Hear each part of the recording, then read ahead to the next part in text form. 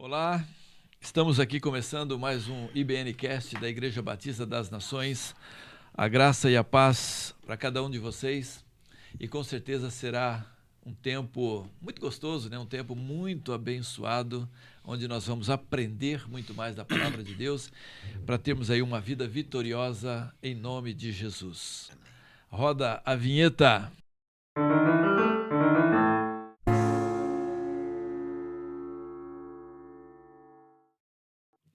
Hoje estaremos meditando aqui em Filipenses capítulo 3.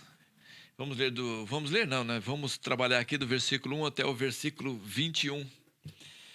Eu gosto desse texto, que é um texto muito abençoado e fala realmente muito a nossa vida. Tem muitos princípios e valores que podemos viver aqui na nossa vida. Mas antes, vamos aqui aos cumprimentos aqui do pastor Marlon. Bom dia, boa tarde, boa noite a todos vocês. Graça e paz. Vai ser uma bênção hoje, em nome de Jesus. Pastor Carlinhos aí, Mais uma vez cumprimentando. estamos aqui juntos, pastor?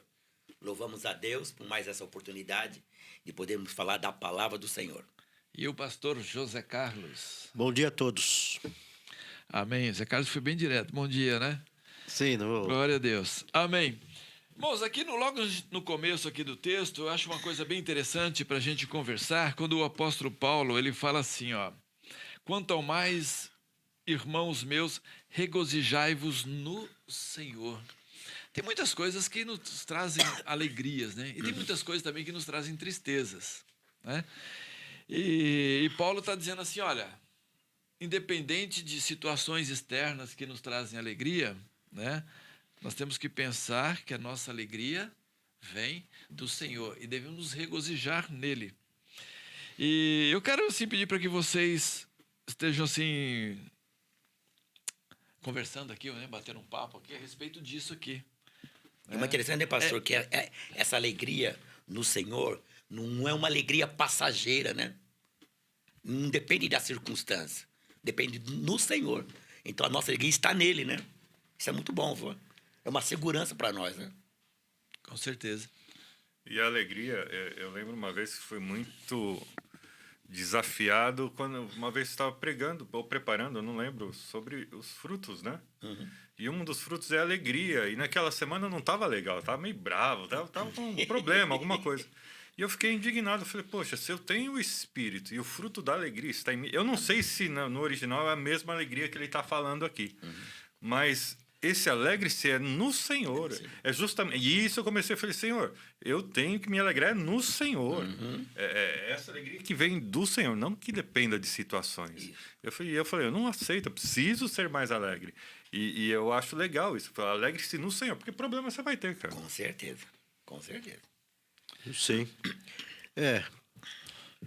Mas eu entendo tudo que vocês falaram, mas a questão da alegria, mesmo no Senhor, nós vamos passar por momentos tristes, né? Com certeza, oxa. Embora a nossa esperança esteja nele. Isso. E que vai trazer a alegria de volta seria ele. Porque às vezes o contexto que você está vendo no momento não é para te trazer alegria, é para te trazer uma reflexão. E a alegria não é viver sorrindo.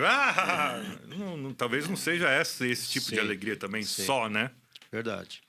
E muitas vezes a gente pode até se alegrar por estar sofrendo por amor a Cristo.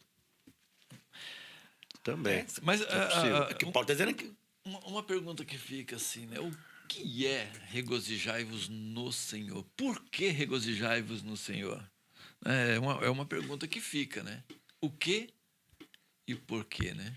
Aí eu penso, dessa forma direta, já que é para manter uma alegria. Mesmo, eu falei da tribulação que você está passando, momento de reflexão, mas mesmo você passar por tudo isto, você tem que manter essa alegria sabendo que você está amparado pelo Pai. Que mesmo que você vá sofrer aqui, você ainda vai ter a recompensa da alegria. Eu penso assim. Aí você tem que estar realmente em constante alegria, em constante concerto com Deus. Por quê? Porque a sua esperança está nele, não está aqui na terra. Eu pensei aqui e fui até conferir, que a gente já falou sobre o capítulo 2, né? Isso. E eu quis ligar o 2 com o 3. Ele fala, por fim, irmãos, Alex, ele está terminando lá o que ele fala, o 2. Que ele arriscou a vida por mim. Ele está falando, e eu creio, de vida aqui. Ele falou, por fim, irmãos, alegre-se no Senhor, porque dessa vida, tipo assim, você não vai levar nada, cara. Sim. A sua alegria é Cristo, o seu prêmio é Cristo. Tanto é que vamos falar um pouquinho mais para frente sobre isso, né? É interessante. O pastor Zé Carlos disse aqui uma coisa assim bem interessante também, quando diz assim, do porquê, né? Porque a nossa esperança está em Jesus Cristo. Eu acho isso legal. Mas vou pensar assim, tudo bem, mas será que vem na nossa mente quando tem uma dificuldade que a nossa esperança está nele, para a gente jogar a tristeza de lado e se alegrar? Porque assim, a pergunta que eu quero deixar para vocês é a seguinte: existem momentos que você vai estar triste. Mas pelo que eu vejo o texto aqui, eu quero que vocês discutam isso aqui também. Existe a tristeza e a alegria ao mesmo tempo.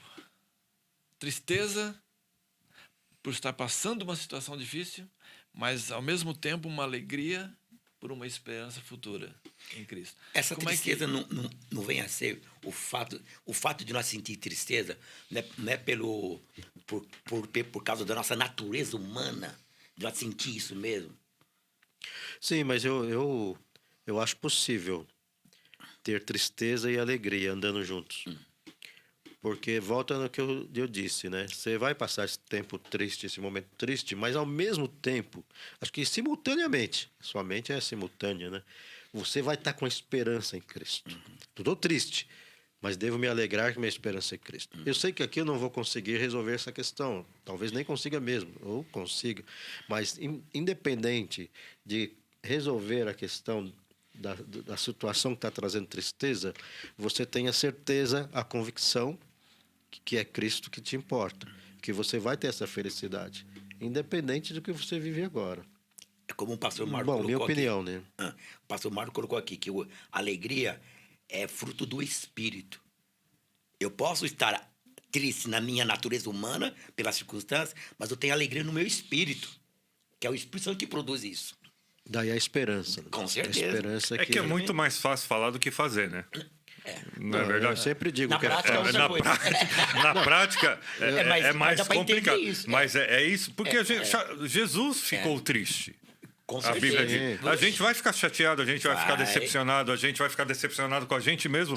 Mas a esperança é aquela que nunca pode morrer. Não, a esperança. Aquilo que a esperança é que vai me dar certeza de uma alegria que eu posso viver hoje, mas uma alegria eterna também.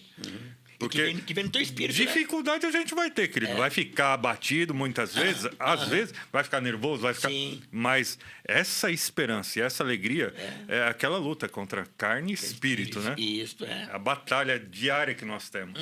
Eu fico pensando, você falando disso, eu fico pensando aqui no agricultor. Imagina o agricultor. Hoje não, né? Hoje acho que está mais fácil. Vamos pensar nos tempos antigos. Sol escaldante, sem chuva, pouquinho de semente, ele tinha que plantar. Será que ele estava plantando com alegria aquele momento? Acho que com muita tristeza, chorando, né? E clamando a Deus. Mas a esperança é que viesse a colheita. Eu acho que é o O nosso... agricultor só trabalha né? através da fé, filho. Da fé. Da fé. Então nós precisamos Da esperança, de ter essa mas- esperança também. Eu vou ser honesto. Já pensei muito em coisas da terra, mas hoje não vale a pena você se prender às coisas da terra. Eu estava pensando aqui que a questão, às vezes, não é você ter tristeza ou você ter alegria, não ser dominado pela tristeza, Sim. né? Sim, Deixar correto. ser- Não viver, né? não Isso, ficar né? dominado. Porque Paulo fala, sei viver em toda e qualquer situação, né? Perfeito. Sei ter, sei não ter. Estar tudo triste posso- é uma coisa, viver triste é outra. Tudo posso naquele que me fortalece, né? Mas ele vai dizer assim, ó, quanto ao mais, né, que nem o pastor Marlon disse aqui, a continuação do capítulo 1 e capítulo 2, né? Quanto mais, irmãos meus, regozijai-vos no Senhor. E diz assim, não me aborreço de escrever-vos as mesmas coisas. Olha que interessante aqui, né? A repetição. E geralmente a gente não gosta muito de repetição, né? Mas de novo isso, né? De novo. Né? Sim. Mas qual a importância da repetição no ensino? É que a gente aprende mais, né? Porque a repetição é o segredo do aprendizado. Que quanto mais você repete, mais vai aqui, ó, fixando na mente, pequenamente. Porque não é na primeira que a pessoa pega. Tem que estar repetindo várias vezes. A questão da repetição, tem um exemplo prático, né? Que eu vi há um tempo atrás, num livro que eu estava lendo, que tinha um professor de matemática em uma sala e ele começou a dar exemplos de repetição, ensinando a tabuada, né? Você vai decorar, depois você vai aprender. Todos nós sabemos tabuada até 10. Aí ele fez uma pergunta, né? Mas eu sei que vocês sabem até 10. Se eu perguntar 17 vezes 17? Aí um aluno disse 289. Ele se espantou. E se eu perguntar 11 vezes 11? 121. 12 vezes 12? 144. 15 vezes 15? 225. 18 vezes 18, 324. Ele falou, puxa, mas como você sabe? Porque no meu país... Você está fazendo a conta agora ou... Porque no meu país... Porque no meu país... Porque no meu país a gente aprende tabuada até 20. Agora, você fez uma pergunta. Eu sei a tabuada até 20? Não sei. Talvez se passar algum tempo eu vou esquecer esses números que eu falei. Mas se eu repeti-los diariamente, vão ficar gravados. Então, isso é muito importante. Normalmente, quando eu leio, eu fico repetindo várias vezes. Várias vezes. Às vezes você decora, mas tem muita coisa que você aprende. Em questão de repetição, pastor, estou me lembrando aqui. Agora, não me pergunta quanto é 17 vezes 17. O pastor também teve presente lá na primeira de Santo André. Por que a primeira de Santo André, na década de 80 e 90, foi a igreja missionária reconhecida no mundo todo? Por quê? O pastor Edson, ele repetia Atos 1:8. Ele repetia, por quê? Ele queria que a igreja fixasse missões. Então, era repetição, repetição. Então, se ele não repetisse, a igreja não se tornaria assim, tão conhecida como missão como ela conheceu. Então, é importante a repetição. O que pode dizer aqui, ó. Eu não me canso, estou repetindo de novo, repetindo. Até você se fixar. Para a gente pensar nisso, a gente pode ir lá para João, né? Quando ele fala assim, não vos dou um mandamento novo, mas um mandamento antigo. O que é isso? Repetindo. Repetição. Repetição. Repetição, né? E essa repetição faz a gente aprender. Aprender, verdade. Mas será que a gente tem o costume de repetir? Por exemplo, você lê um livro. Quantas vezes você lê um livro? Quando termina. Um bom livro. Quando termina. Quando você consegue terminar o livro. Uma vez. E olha lá. Deveria ler mais vezes. Né? Normalmente as pessoas, né? Quando a gente fala as pessoas, parece que está jogando para terceiros, né? Na verdade, a gente tem um hábito de ler uma vez e muitas vezes ainda não vê a hora de terminar o livro. Duas páginas, né? Tem que acabar esse livro logo. Lê a última. E o correto é, vou ler o livro até o final. Claro, também tem livro que não dá para você ler, né? Você começa a ler, você tem que encostar, porque o livro não serve para nada, né? Com certeza. Mas às vezes você pegar um livro e falar assim, poxa, eu vou ler isso aqui, o livro está tão interessante que eu vou ler novamente. Há princípios que eu preciso colocar em prática na minha vida. Né? Mas normalmente a gente não faz isso. Não faz isso. Mas uma coisa... Não, peraí, gente. Eu estou falando que normalmente nós não fazemos isso. Eu não estou querendo aqui... por exemplo, o pastor Carlinhos. Né? Eu admiro o pastor Carlinhos nesse sentido, tá? Porque você leu a Bíblia toda esse ano quantas vezes? 2. Agora eu vou começar amanhã a terceira vez. Não, já leu a Bíblia esse ano 2 vezes, vai Duas começar amanhã a terceira, né? 3 vezes ao ano. 3 vezes ao ano. Então já há alguns anos que você vem lendo a Bíblia pelo menos 3 vezes Isso, ao ano, entendeu? Para terminar uma vez, tô atrasado pra caramba. Então, Fiquei sabendo que ler a Bíblia inteira ficava louco, então eu só li 2 vezes. Porque ó, eu aprendi uma coisa com o pastor Hernandes Dias Lopes, que quando você lê a Bíblia está lendo você. Que quando você estuda a Bíblia está estudando você. Quando você está meditando na Bíblia, a Bíblia também está meditando em você. Sim. Então, quanto mais você lê, melhor. A questão da repetição, ela é importante. Pensa... Tá com fome agora? Ainda não, né? não. Mas pensa numa janta bem gostosa. Você não vai almoçar. Mas eu tô sem fome agora, Mas não consigo pensar. você não vai almoçar. Mas quando der 6 horas da tarde, você vai lembrar do que eu estou falando agora. Com certeza você vai repetir um pratinho. Então, tudo que te der Dá prazer, vontade. Oi? Dá prazer, você repete. Eu não sei, eu teve aqui numa live que nós fizemos com a Rose.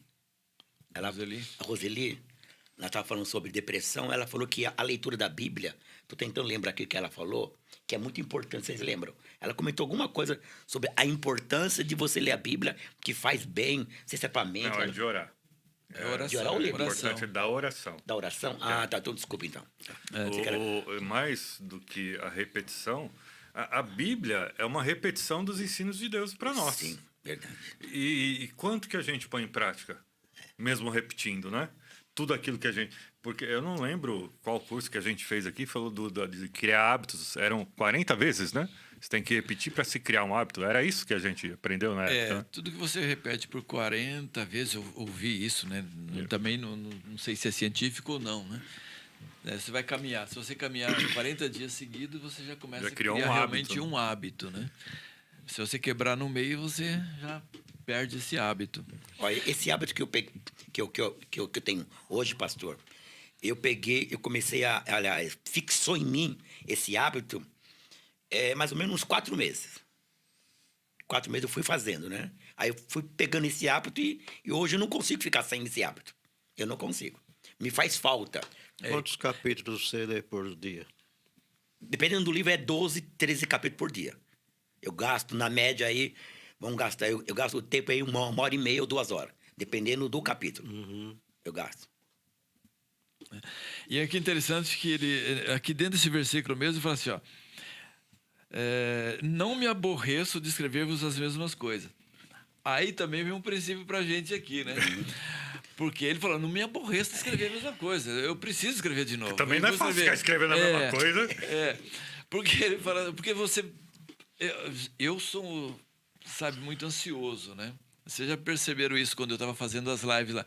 Vou falar desse assunto. Aí eu começo, falo 1, falo 2, falo 3, aquele negócio já começa a me dar um... Eu falo assim, todo mundo já cansou disso. Né? Eu não quero mais falar disso. Já quero mudar o assunto. Né? Ele fala assim, não me aborreço de escrever-vos as mesmas coisas, mas ele tem ele entende por causa dele. Ele fala assim, porque isso é segurança para vós, né? Não é interessante isso? Quando você também aprende... Protegê-los. Né? Você aprende a segurança. Quando você... vamos aprender a fazer esse nó. Você faz uma vez... aprendi já. Na hora que você precisa, você não lembra mais. Não repetiu. É igual ensino de filhos. Quantas vezes a gente tem que repetir a mesma coisa para o filho criar aquele hábito? É sério? E às vezes não aprende. Você repete anos e não aprende, cara.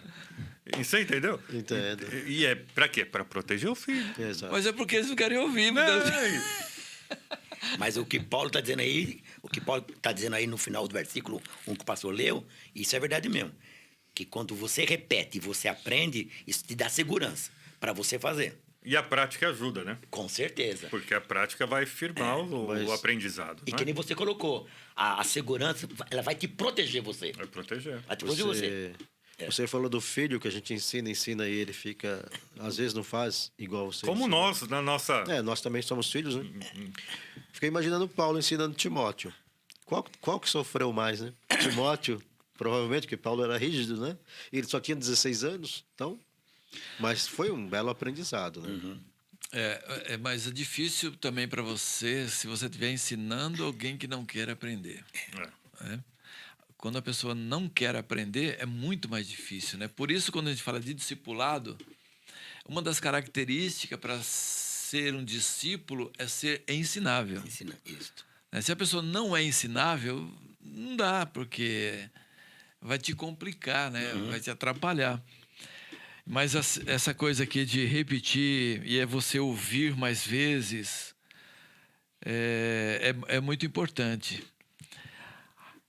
Mas aí ele fala que você tem que ouvir coisas boas, né, importantes. Ele ensina também repetindo para que as pessoas estejam conscientes das coisas corretas para se livrarem de maus obreiros.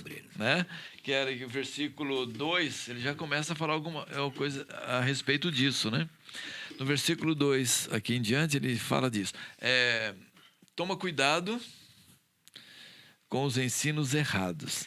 Será que hoje nós temos ainda que tomar cuidado ou é só naquela época? Né? Eu creio que hoje está pior, viu, pastor? Bota pior nisso. Hoje está muito pior do que na época de Paulo. Hoje está mais fácil hoje. Hoje tem mais informação, né? Esses Fácil caras acesso. aqui eram os falsos profetas, talvez, da época. Hoje, vamos supor, para escutar os falsos profetas, você tinha que ir em tal lugar onde eles estavam. Hoje não, hoje está no seu Tá celular. aqui no celular, aqui, ó. Hoje está na sua mão em qualquer momento do dia e a quantidade de... Estou falando que todos são? Não, não é isso que eu estou falando. Mas estou falando que é muito ensino complicado aqui que te desvirtua. E são informações bíblicas que ele começa a pensar da maneira dele. Mas eu não entendo, eu acho que não é, tenho certeza que não é o que está escrito. Ele começa a pensar da maneira e começa a falar. Nós não vamos citar nomes aqui, né? Não vou citar nenhum nome, mas eu vejo um, por exemplo, que ele era pastor antigo e bem esclarecido. Mas se você ouve hoje, é impressionante como ele fala umas coisas que parece que ele não pregou nada daquilo naquela época. Mudou. Então, como que você vai saber? Como você vai confiar nessas pessoas? Igual você falou, o celular hoje tem toda a informação. Sim. Nós demos um clique aqui, o Google fala pra gente. Porque tem quando 10 Meu pessoas. Jesus. porque É quando- bom e é ruim ao mesmo tempo, né? Se souber usar, é bom. Porque quando você repete algumas doutrinas bíblicas para a igreja, para você, ela vai estar tão protegida, que ela vai saber discernir o que é verdadeiro e o que é falso. Sim. Agora, se não há essa repetição, a pessoa fica vulnerável, achando que é igual e não é. A Bíblia, ela garante duas coisas. Que no final dos tempos surgirão falsos profetas Exatamente. e haveria muitos ventos de doutrina. Isso. Por isso que você tem que estar firmado. É a Bíblia, é a palavra. palavra. E eu dou glória a Deus pela IBN, cara. Porque a IBN sempre foi muito séria no ensino na palavra. E a gente já ouviu, eu já ouvi muita coisa. Mas eu recebi e eu procuro passar isso aqui que eu recebi. É a palavra que vai te... Não é o seu discipulador, o seu pastor, o seu líder, o seu... Não. É a palavra que vai te segurar no dia da mentira, entendeu? É porque você não vive só de motivação, né? Não dá para viver... É porque motivação, ela acaba. Mas agora, o conhecimento correto que você tem, te firma, né? A igreja, eu creio que a igreja hoje tem que ser a igreja dos berianos, né? Os berianos lá de Atos 17. Eles ouviam, mas conferiam para ver se está na Bíblia. Sim. Os apóstatas estão de plantão, né? A lacuna que você der, eles entram. Por isso tem que estar firmado na palavra. E o pastor falou, se você tem conhecimento, ninguém vai te roubar. Podem te roubar tudo, mas não vão Conhecimento roubar não o tira. seu conhecimento. Está dentro da sua mente, né? É impenetrável, só Deus vai saber. Por isso igual o pastor Valmir falou, a gente não pode obrigar ninguém a aprender. Nossa parte é ensinar. Principalmente como pastores, ser intérpretes da Bíblia, facilitar para eles. Mas a pessoa só vai aprender se quiser aprender, cara. A gente não pode obrigar ninguém a aprender. Uma vez alguém disse assim, como é que você sabe que esse dinheiro é falso? Ele falou assim, ó, eu não sei Não conheço como o é o falso, dinheiro né? falso, mas eu conheço o verdadeiro. Se eu conheço o verdadeiro, quando aparece um falso, eu sei que ele é falso, né? Então, se você conhece bem a palavra, a doutrina bíblica, o pessoal não gosta muito de falar de doutrina, né? Doutrina Doutrina é ensino, Doutrina é né? ensino, é um conhecimento bíblico correto, né? Se você sabe isso, quando alguém está falando alguma coisa, você fala assim, puxa, esse negócio está muito bonito, né? Tá bacana, né? Tem uma linha, né? Só não tem nada a ver com a Bíblia. Não, o pessoal às vezes tem uma linha que ele fala uns negócios tão bonitos assim, você fala, rapaz, o cara arrebentou a boca do balão, né? Aquela ministração, pregação alegórica assim, que você fala, nossa, que revelação, né? Mas se você for olhar biblicamente, se você conhece o verdadeiro, você fala assim, ó, é muito bonito, essa alegoria tá fantástica. Mas é uma massa mole na mão daquele que está falando, né? E você percebe, isso está errado. Como a Bíblia diz, nenhuma folha cai de uma árvore se Deus não permitir. Cavalo dado não se olha os dentes, né? Tem muita coisa, né, que o pessoal fala. Você vê os pregadores assim, você fala, rapaz, esse cara arrebentou. Mas no sentido alegórico não tem nada a ver com a palavra, né? Com a verdade. É bonito, né? Mas não é real. Por isso tem que conhecer o verdadeiro e acautelai-vos. Essa palavra acautelai significa o quê? Cuidado, né? Cuidado, presta atenção, vigia. Como é que é, Carlinhos? Como é que você fala? Vigia, né? Como é que você falava lá na pregação? Vigia, irmão!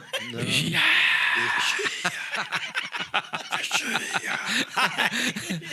Não, você dava aquela olhadinha. Vigia.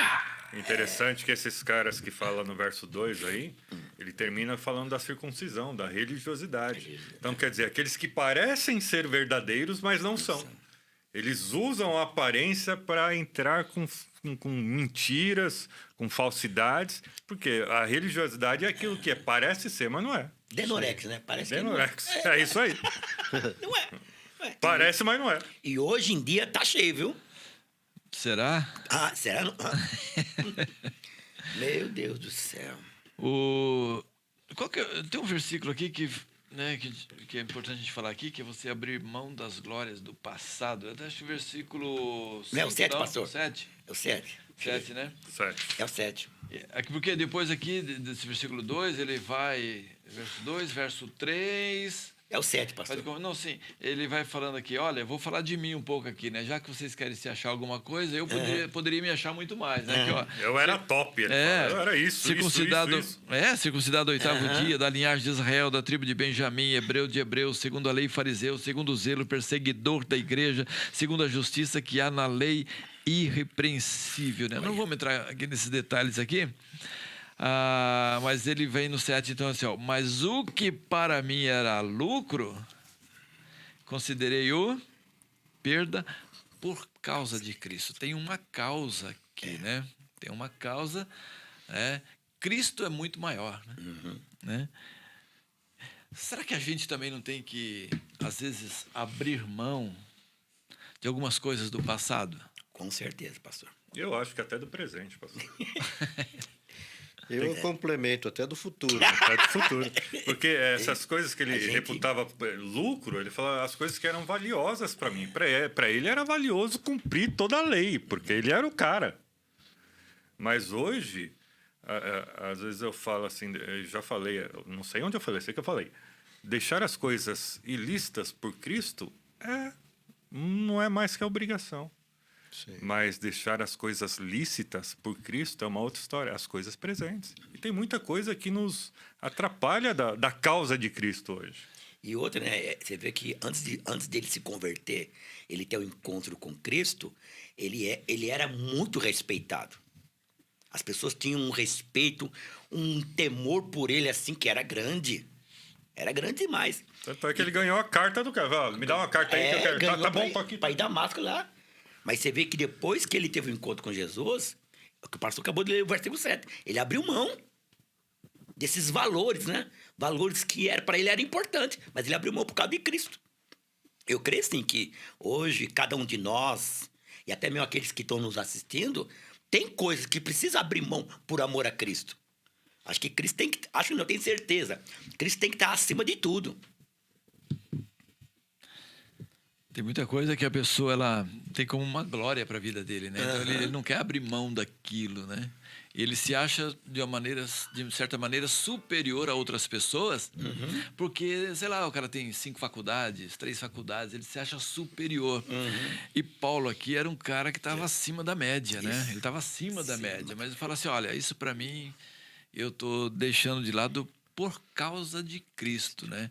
Que agora o meu viver é Cristo e o morrer é lucro, né? Não sou eu mais quem vivo, mas é Cristo que vive em mim. Então, essa é a ideia dele aqui. E, geralmente, as pessoas querem que as coisas do passado, né? Elas sejam mais vistas do que Cristo através da vida dela. Não sei, talvez seja uma coisa mais ou menos nessa direção aqui. Mas é isso, né? Será que a gente abriu mão de alguma coisa do passado? Às vezes você está na caminho. O evangelho é um processo, né? Acho que conversão é um processo. Né? Fala assim, me converti. Faz tempo que eu não falo essa frase. Eu falo, acho que eu me converti agora, nesse momento eu me converti um pouquinho mais. Porque tem coisas que você sabe, mas você esquece. Aí as pessoas começam a falar, vem na tua mente. Me converti há 30 anos. Parabéns. Mas tem que manter. Precisa converter hoje também. Porque senão você vai deixando. Você fica preso no passado, não é verdade? Acho que foi essa a pergunta. Então, tem muitas coisas do passado que nós temos que abrir mão mesmo. E o Paulo Passado, fala... e como o Marco falou, presente também. Sim, Presente. por isso que você precisa converter a cada Às momento. vezes um testemunho dá mais ênfase no que fazia do que Cristo fez depois da sua vida, né? Eu bebia, eu fumava, eu fazia isso e aquilo. E prega a pregação inteira, o testemunho inteiro. É.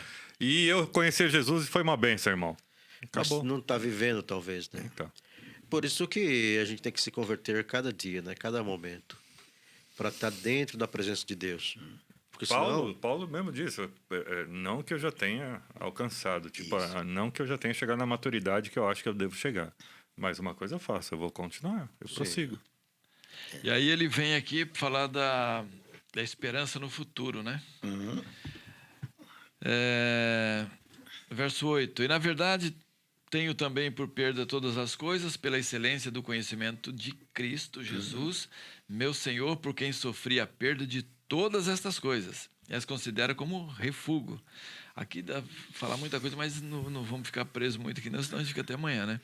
Para que possa ganhar a Cristo e seja achado nele, não tendo justiça própria que vem da lei, mas a que vem pela fé em Cristo, a saber, a justiça que vem de Deus pela fé. Aí Para vem aqui, ó. conhecê-lo, né? Desejo conhecê-lo e o poder da sua ressurreição e a comunhão dos seus sofrimentos, conformando-me com ele na sua morte, para ver se de alguma maneira possa chegar à ressurreição dentre os mortos. Né? E abrindo mão para servir a Cristo, seria isso? Pensando no que você vai receber depois. Eu acho, não, é isso mesmo, né? Tem que abrir mão de muita coisa. Senão você não serve a Cristo, né? Como deve. E aqui, detalhe, né? Ele está fazendo tudo isso, abrindo mão, e ainda está com a experiência de estar presente na ressurreição com Cristo. Né? Então, será que nós temos feito, né, a vontade de Deus? No final do verso 9, na verdade ele está dizendo, com base na fé que eu sou justificado em Deus. Não, pelas Para obras. que justamente eu possa ressuscitar com Cristo. Mais uma vez, Paulo sabia quem ele era, né? O quão devedor ele é de Cristo aí. Verdade. E é o seguinte, não que eu já tenha alcançado, agora que é o seguinte, né? Ou que seja perfeito, mas prossigo para alcançar aquilo para o que fui alcançado por Cristo. Ele está falando aqui de determinação, né? Prossigo para alcançar. Será se vocês veem assim também, que é uma determinação que ele coloca ou não? Olha, eu creio que sim. Porque se eu não for determinado, você não for determinado, a gente desiste no meio do caminho. Nós já comentamos aqui, todos nós tentamos desistir de alguma coisa. Mas a gente faz aquela reflexão, falando, poxa, se eles conseguiram, eu também posso conseguir. Então, se eu não autodeterminar, nós não vamos fazer. Não vamos chegar a lugar algum. E qual que era a expectativa dele, a esperança? Não era alcançar a glória de Deus, né? Estar com o corpo glorificado lá com Deus. Então, Mas o que atrapalha a pessoa ser determinada?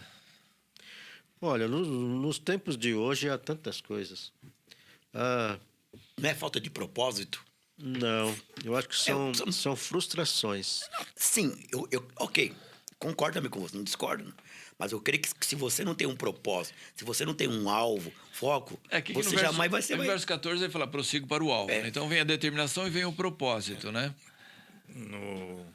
Eu concordo também um pouco, e o que atrapalha... Mas mais do que o propósito, é entender o propósito. Eu penso que a resposta está no final do 12. Eu fui conquistado por Cristo para conquistar. Eu tenho um propósito, eu preciso entender esse propósito na minha vida. Quando eu entender esse propósito pelo qual Cristo me conquistou, eu vou prosseguir para esse alvo. É esse alvo que ele está falando aqui, eu creio. Deus me separou para uma coisa, eu não posso ficar parado. Eu tenho que continuar, preciso prosseguir para esse alvo. Preciso ter um propósito na minha vida. A vida do crente é isso. Você não foi ganho para ficar sentado na cadeira. Você foi ganho para ganhar. Porque se ele não tiver esse propósito, ele jamais vai ser uma pessoa determinada. Sim, eu entendo. Eu tenho um propósito. Eu creio que a maioria das pessoas tem propósito. Se você perguntar, algumas talvez não, mas outras têm, independente de qual seja. Mas nesse meio não tem muitas frustrações. Eu acho que a frustração entra quando o propósito é seu, não de Deus, né? Porque às vezes o propósito de Deus na sua vida é uma. Sim, mas E daí o seu é outro. vai incorrer naquela questão que nós discutimos esses dias. Os planos de Deus são melhores. Aí o pastor perguntou, então não podemos fazer planos? Podemos. Podemos. Mas o Não é Deus mesmo. não responde a nossa oração quando oramos de acordo com a sua vontade? Sim, eu concordo com você. Mas eu estou pensando em mim, não. Estou pensando em algumas pessoas que a gente até conhece. E eu creio que elas tinham um propósito. E tem propósito. Mas acontece tantas intercorrências nesse meio que não tira da Mas direção. você não tinha uns propósitos na sua vida que não Sim. deu certo? Eu também Sim. tinha, cada um de nós tínhamos, né? Agora, às vezes, é isso que eu estou tentando. Às vezes, esse propósito é bom, é legal, tem que correr atrás mesmo, mas não era o que Deus tinha para nós. E às vezes a gente entende que não deu certo por erro nosso. Mas não, é o próprio Deus não permitiu. Eu penso assim. O próprio Deus não permitiu. E outros tantos, besteira nossa. Mas vamos pensar assim, eu tenho um propósito, até que é agradável a Deus esse propósito. Eu não posso ter errado no meio por alguma questão. Lógico que é isso que eu estou falando. É isso que você está falando? É erro. Tanto Deus não permitiu, como nós mesmos fizemos besteira. Nós antecipamos algumas etapas. Eu vou ilustrar aqui. Posso ilustrar aqui? A vida de José. Ele não tinha um propósito, que Deus revelou um sonho para ele. Só que Deus mostrou para ele qual era o processo. Deus não mostrou para ele qual era o processo. Mostrasse, ele não ia, não. E ele passou tudo isso que você está falando. Sim. Mas ele perdeu o foco dele, não perdeu. Ele estava determinado àquilo. Então, as frustrações, as circunstâncias, por mais que ela venha, não pode me desviar do quê? Do propósito, da minha determinação. Um grande exemplo de situações que queiram tirar você do propósito é Davi assumir o reino antes do tempo. Exato. Ele teve várias oportunidades de acabar com Saul e assumir, porque ele era ungido. Isso. Mas ele escolheu esperar o momento de Deus para a vida dele. O apóstolo Paulo ele vai dizer aqui: irmãos, não julgo que o haja alcançado, mas uma coisa faço, e é que, esquecendo-me das coisas que para trás ficam e avançando para as que diante de mim estão. Alvo, determinação, você precisa ter um propósito. Você não consegue atingir 2, 3 propósitos, né? Mas um propósito. E para você atingir um propósito, eu penso que você precisa tirar as coisas que te atrapalham. Né? Não adianta eu ter um propósito seguindo com as coisas que me atrapalham. Eu preciso ir Exatamente. tirando essas coisas. Por exemplo, eu vi alguém falando assim: eu vou para a academia e eu quero perder peso, eu quero atingir tal coisa, mas quando ele vê uma barra de chocolate, ele não aguenta. Então as pessoas Diabo fazem... é sujo, pastor. Mas as pessoas fazem de Diabo é sujo. propósito. Filho. As pessoas fazem de propósito. Ele Desculpa. falou que ele já fez de propósito. Pegou, colocou lá um cesto de chocolates e doces e tal, ali na frente dos filhos dele. Vamos ver aqui qual é o propósito que ele tem. Se ele tem alvo, se ele tem propósito, ou se ele não tem propósito. Porque se ele tem propósito, ele vai olhar para aquilo e falar assim: não vou pegar. Né? Então eu tenho um propósito de servir a Cristo, de fazer a vontade de Cristo. Aí o inimigo me oferece tal coisa aqui: rapaz, esse negócio é bom, esse negócio é da hora, mas eu tenho propósito. E vem as provações, muitas vezes, que Deus coloca diante de nós para ver se nós seremos aprovados ou não. Né? Eu vi até o Hernandes falando de uma ilustração de Dwight Moody, que Moody ele foi pregar, eu não sei que lugar agora, no local não me lembro, e ele fez uma coisa incompleta. Ele, na hora que ele pregou, ele falou assim: se você não teve oportunidade de entregar a vida para Jesus hoje, amanhã você vai ter oportunidade, que nós vamos continuar. E aí, o que acontece? Só que naquela noite teve um incêndio, um grande incêndio lá, e dezenas e centenas, não sei se até milhares de pessoas morreram. E ele tinha muitas atividades, escola bíblica dominical, isso e aquilo, pregação, conferências. E ele disse assim: a partir de hoje, uma coisa eu faço: eu vou pregar evangelisticamente para a conversão de pessoas. Essa será a minha meta, esse será o meu objetivo. Ele alcançou mais de 500 mil pessoas para o Senhor Jesus Cristo a partir dessa determinação da vida dele, né? Porque ele falou, uma coisa eu faço. Aí quando eu lembrei aqui, né, da Marta, né, quando Jesus fala para ela assim: Marta, Marta, te preocupas com muitas coisas, uma coisa é necessária, uma coisa é importante, né? Então, uma coisa, não é o que Paulo fala aqui? Mas uma coisa faço, esquecendo-me das coisas que para trás ficam, tá? Mas uma coisa eu faço. Fala? Quando ele está falando do alvo, né? Dos propósitos, me veio aqui na mente. Se você tem alvo, tem propósito, nós já dissemos o que nós temos, né? Você falou que tem que eliminar algumas coisas. Há necessidade. No Evangelho, por exemplo, infelizmente nós perdemos algumas amizades. Assim, não estão com o nosso convívio do dia a dia porque cada um escolheu algo. Então ele escolheu aquilo, eu tenho um alvo lá para ele, eu tenho um alvo aqui para mim. E às vezes nós somos assim, e tem essa história verdadeira de uma mocinha dos Estados Unidos, e ela tinha 15 anos, 16 anos, e ela estava sem propósito, sem alvo. Alguém perguntou para ela, mas você não tem nada? A família meio que sem estrutura. Ela disse, não tenho, mas eu gostaria de ser médica, pediatra. Mas como você vai ser? Você não estudou, não terminou o ensino médio, você precisa mudar seus hábitos. E ela falou, e como eu faço? Então, ela traçou para ela um projetinho para ela. Primeira das coisas, eliminar as amizades. Segunda coisa, ela assistia muita novela. Não ia assistir mais novela, porque os hábitos não eram bons. Ia se matricular numa escola e ela começou esse processo. E como alvo, ela tinha que ter uma clínica, ela queria ser a proprietária. Então, aquela questão, né, que a gente fala de mentalizar, fotografou uma clínica e todos os dias de manhã, mesmo criança, ela falava, meu nome é doutora Maria Isabel e eu estou indo para a minha clínica e eu sou a diretora-presidente. Então, ela ficou anos fazendo aquilo. Passou um tempo, ela mudou tudo e passou um tempo, ela era médica pediatra de uma clínica. E todos os dias, olha o exercício mental. Antes mesmo de ser médica, antes de ter a clínica, ela chegava na mente e cumprimentava seus funcionários. Bom dia. Bom dia.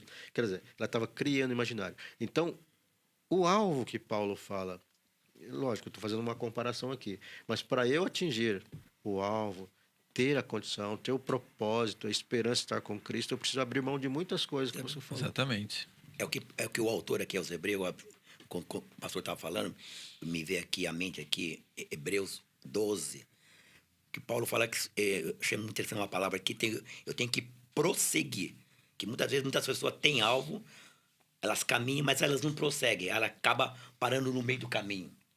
Paulo fala que eu tenho que prosseguir.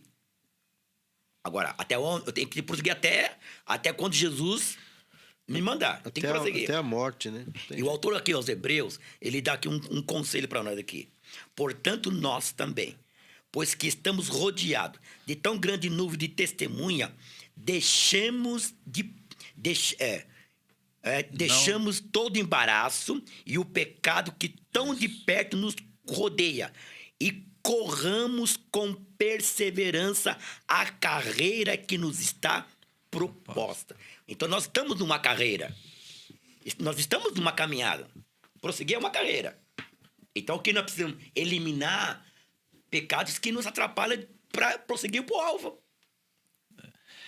E pecados aqui, para você não atingir o alvo, pode ser várias coisas. Sim, né? várias o pecado carnal ou alguma coisa. Ou o pecado no sentido aqui, que não seria pecado, né? Mas coisas boas que talvez não sejam pecados, você falou no comecinho também, não sejam pecados, mas que atrapalham atingir o seu propósito, o seu alvo, né? Por exemplo, o cara quer perder peso, alguma coisa lá, né, que eu estou usando aqui, aí ele vai lá e come 5 barras de chocolate. O chocolate é gostoso, é pecado por causa da gula, né? Mas o chocolate é gostoso, ele vai comer. É uma coisa boa, não é uma coisa boa? Né? Mas já que você falou disso aí, pastor Carlinhos, Paulo aqui, ele traz aqui para ele aqui, né? Irmãos, sede meus imitadores e observai os que andam segundo o exemplo que tem de nós. Aí falamos de muitas coisas aqui, né? E, na verdade, nós também temos que ser exemplos. Nós como cristãos, tá? Não estou falando só como líder, como pastor, mas todos nós temos que ser exemplos na vida de outras pessoas, né? Para tirar algumas ideias aí que eu vou deixar para vocês debaterem aí, né? Porque, pastor, olha, para nós sermos exemplo, eu acabei de terminar de ler um livro do pastor Larry Stork sobre o homem exemplar. E ser exemplo é você deixar uma impressão. Não só a primeira, né? Não. Você tem que deixar uma impressão. E é um desafio grande. Não é um desafio muito grande. Eu creio que a gente ensina muito mais pelo exemplo do que pela palavra, não é? O exemplo, as pessoas... É filho em casa, né? Uma vez eu fui dar uma dura no Marlon Júnior que ele estava fazendo, eu não lembro, ele era pequenininho. Mas não faz isso, não deixa isso aí. Aí lá no fundinho o Espírito Santo falou, você faz a mesma coisa? Eu falei, vixe. Aí depois você começa a analisar. Ele segue não aquilo que você faz, segue aquilo que você faz dentro da tua casa. Você fala, né? O que você fala, mas segue aquilo que você faz. Então, ensinar pelo exemplo é muito melhor do que ensinar somente por... Lógico que tem que ter os dois, mas entenda. Ele vai firmar muito mais o ensino. Sim, o exemplo é a melhor coisa, né? Quer ganhar alguém, melhor é o exemplo, é o testemunho. Uma vez uma pessoa falou assim para mim, mas se eu for ganhar as pessoas, minha família, por exemplo, eu nunca vou ganhar. Dá vontade de falar, queria vergonha na sua cara, então, né? Não tem aquela história assim que a mulher fala assim, eu prego de Jesus e um monte de marido se converte por aí. Só o meu marido que não se converte. Aí eu respondeu para ela assim, mas os outros não moram com você, né? Não moram com você, né? Então, Por isso que... estava dando um exemplo, né? Falar é muito fácil, viver a história é mais É o que difícil. Pedro fala lá na primeira carta, capítulo 3, né? A mulher tem que dar exemplo. Exemplo. Sim. E aqui é uma coisa bem interessante para tirar a ideia nossa do seguinte, olha, não olha para os irmãos, olha para Jesus. Claro, gente, tem que entender o seguinte, tem que olhar para Jesus mesmo, né? Sim. Mas a gente não pode usar isso em relação à nossa vida. Desculpa, Não né? olha para mim, olha para Jesus. Pula eu, né? Eu tenho que falar assim, não, olha para mim, né? Eu estou seguindo a Jesus, né? Agora, é claro, você vai poder falar assim, não fica olhando para as pessoas, olha para Jesus, porque você sabe que se a pessoa ficar olhando para as pessoas, vai ter problema sério, né? Mas em relação a mim, eu tenho que mudar essa conversa, né? Olha para mim, não Ou olha seja, pra Jesus. olha para mim, não olha para todos, né? Porque se olhar para todos, vai ter alguém. cada um sendo Eu tenho que fazer a minha exemplo, parte, né? né? Sim, eu tenho que fazer a minha parte. Né? A complementação do 17 é o 18, lógico, aí, né? Ele disse que, falou, com lágrimas nos olhos, eu tô falando isso para vocês, me imitem. Por quê? Porque tem muitos aí que são, na verdade, inimigos da cruz. Que tá falando que o testemunho tá avacalhando o evangelho de Cristo, né? Sim, pois é. Por isso que Paulo falou, olha para mim, que eu sou imitador de Cristo. Então eu tenho que falar a mesma coisa. Se alguém, porque às vezes a pessoa questiona, né? Dentro da... mas por que aconteceu isso, aconteceu aquilo? Aí eu tenho que ter a coragem de falar, olha para mim. Eu sou imitador de Cristo. Se você olhar para o outro também teria que ser. Mas aí cai no que você falou, né? Tem uns que são inimigos do evangelho.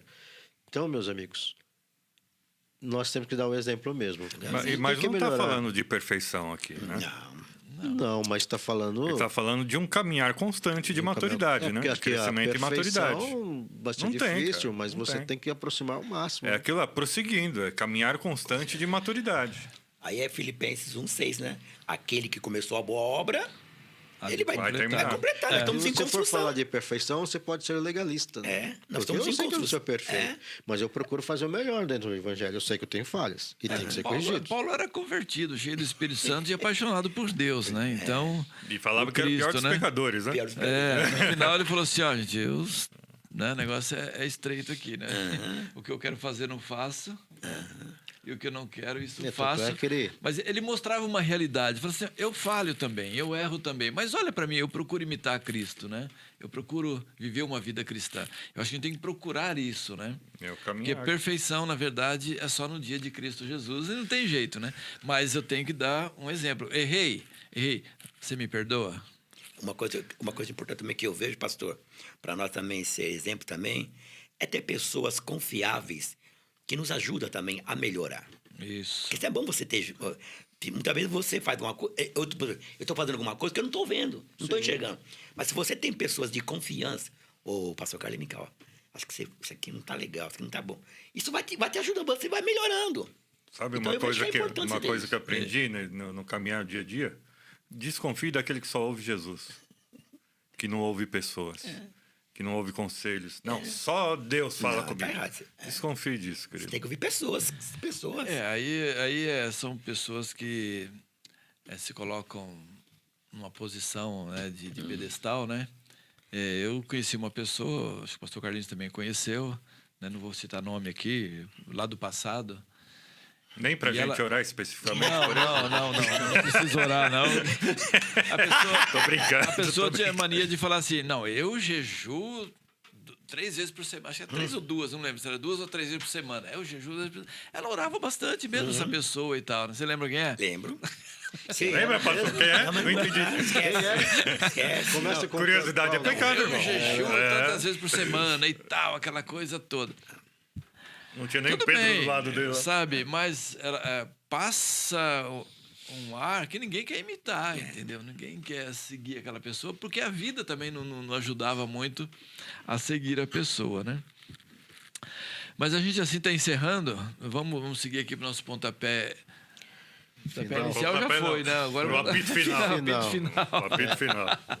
E eu vou pedir para vocês aqui fazerem uma conclusão e depois eu encerro aqui, dou uma direção aqui para a célula discutir também. Bem, meus irmãos e amigos, né? Na verdade, nós terminamos aqui falando de perfeição, mas o próprio Paulo falou, né, para Deus tirar o espinho da carne dele, e Deus deu graça. Então ali havia um problema, que não é muito esclarecido, né? Mesmo em estudos a gente não sabe exatamente o que é. Então, nós vamos ter essa dificuldade também, de um espinho que vai nos atrapalhar durante o nosso decorrer cristão, a nossa corrida para Cristo. Só que eu preciso realmente de tentar, igual você falou, se eu estou errado, alguém me corrija. Para quê? Para que eu não perca meu alvo, para que eu não saia da direção. Então é isso que eu vou deixar aqui para nós, das minhas considerações finais. Que mesmo a gente tendo esse nosso orgulho, nossa teimosia, mas que nós aceitemos a correção, que seja dada com amor, né? Que me direcione, que me faça ser uma pessoa melhor. Só isso. Muito obrigado. Deus abençoe. Não, mas tem mais alguma coisinha, né? Eu quero encerrar aqui as minhas considerações com o versículo 14. Prossigo para o alvo, pelo prêmio da vocação celestial de Deus em Cristo Jesus. O meu desejo é que cada um de nós possamos prosseguir. Porque virão situações que vai querer nos desanimar, nos querer deixar para baixo. Mas nós temos que prosseguir porque nós temos um alvo. Sim. Tá? Independente do que vier, temos que manter firme. Eu vou pegar, amo esse versículo, né? O segredo de uma caminhada cristã é continuar. Continua. Parar de olhar para onde você está, talvez, e olhar para frente e falar, mas não vou conseguir chegar. Pare e olha para trás de onde você saiu. Eu olho para trás de onde eu vim, queridos. E isso só me dá mais força para continuar. Verdade. Então, prosseguir para o alvo, o segredo não é nem o alvo, entende o que eu estou querendo dizer? É prosseguir. Uma hora você vai chegar. Legal. Versículo 20 diz: a nossa pátria está nos céus, de onde esperamos o Salvador, o Senhor Jesus Cristo, que transformará o nosso corpo de humilhação para ser conforme o seu corpo glorioso, segundo o seu eficaz poder de sujeitar também a si todas as coisas. Glória a Deus. Né? Então prosseguimos para o alvo, porque a nossa pátria, como diz o apóstolo Paulo aqui, está nos céus. Glória a Aleluia. Deus. Amém. Então esse é o Glória a nosso Deus. objetivo final, nosso Verdade. alvo final, nosso propósito final, né? E deixar aqui para a célula discutir, aqui do versículo 12 aqui, até o versículo 14, mas pode discutir o texto todo, tá? Mas a ideia é prossigo para o alvo. Qual o seu propósito? Qual o seu objetivo? Qual a sua determinação? Né? O que você sonha, né? Como servo de Deus, como cristão, aí acho que é uma coisa boa para se discutir em cima desse texto aqui. Amém? Amém. Nós discutimos aqui, queridos, não de forma teológica, mas queremos, na verdade, trazer uma coisa mais para o nosso dia a dia, né? Nossa vida cristã diária, não entrando muito em termos teológicos, porque senão não é tão simples assim discutir teologicamente, e o tempo é muito curto também, porque a ideia é vida cristã hoje, na prática, tá bom? Então, Deus abençoe. Obrigado, pastor Marlon. Obrigado, pastor Carlinhos. pastor. Obrigado, Foi bom pastor estar aqui. José Carlos. Obrigado. Um tempo abençoado, muito gostoso. Aleluia. Em nome de Jesus, estamos juntos aí para honra, louvor e glória do Senhor. Amém? Amém. Glória a Deus Deus. abençoe. Obrigado, irmãos. Glória. Povo abençoado. Aleluias.